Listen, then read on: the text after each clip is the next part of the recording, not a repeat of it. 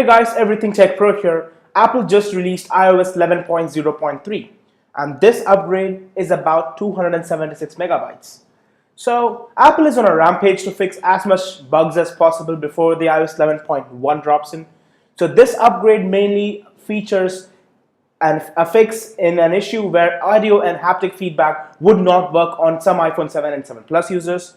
And if you remember the touch disease on the iPhone 6s, some people are facing an issue where the touch input was unresponsive on the iPhone 6s displays because they did not get it serviced with genuine Apple parts. So this upgrade mainly deals with that. So before I go ahead and upgrade, I would like to show you what is the Geekbench score on my iPhone 6s. Before that, let me look at the storage.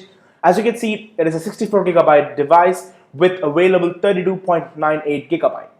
And coming to the Geekbench, as you can see, I got a single core score of 2451 and a multi-core score of 4211 in iOS 11.0.2.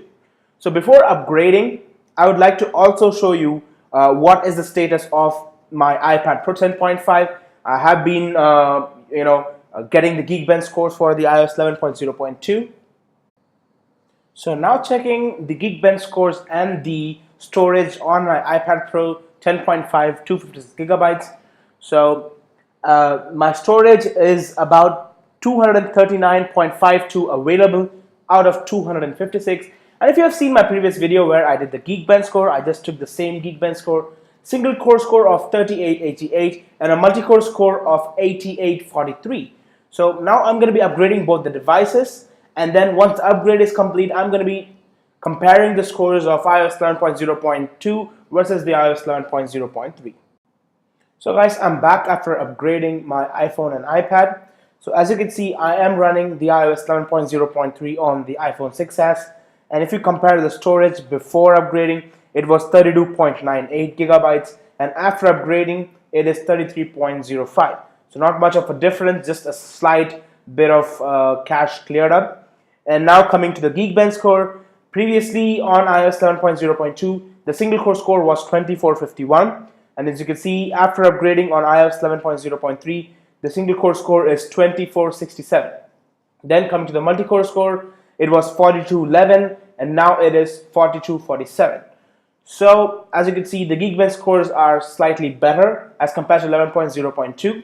So now I'm going to be switching over to the iPad to check what was the Geekbench score after upgrading to iOS 11.0.3. So now on the iPad, I'm running the iOS 11.0.3.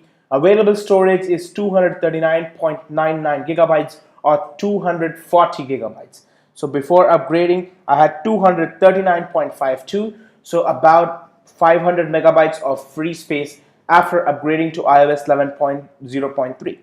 Now the Geekbench scores, as you can see, I had a single core score of 3888, and now after upgrading, it's 3857, and on the multi-core score, it was 8843. And it is 8809. So here I'm getting slightly lesser score as compared to iOS 11.0.3. So these small variations are normal. So in whole, I think the devices will perform the same as it was in iOS 11.0.2. Apple did not address any performance improvement, just the bug fixes.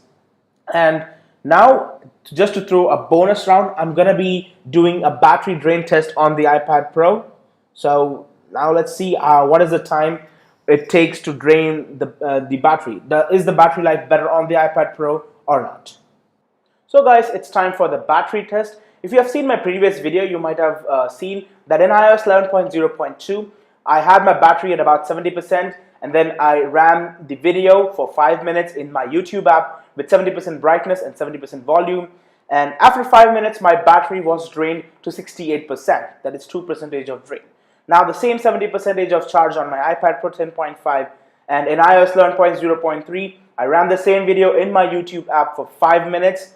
Now the drain was just 1%. That's really great. So iOS 11.0.3 increases the battery life of your iPhone or iPad, so you should upgrade.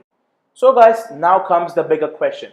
Should you upgrade to iOS 11.0.3 or should you stick with the older version? For me especially, I am getting a better battery life in my iPad and iPhone on iOS 11.0.3 as compared to iOS 11.0.2. If you are on iOS 11, it's definitely recommended to upgrade to iOS 11.0.3 because the battery life has come way better as compared to iOS 11 in the latest version. If you are on 11.0.1 or 2 and you don't care much about battery life and your phone is not having much of a bugs, then you can stay at 11.0.1 or 11.0.2. And if you're facing bugs and also you need better battery life on your device, it's definitely recommended for you to upgrade from whatever version you are to the latest 11.0.3 version. So that's it guys for this video. I'll see you up on the next video. Until next time, it's peace out.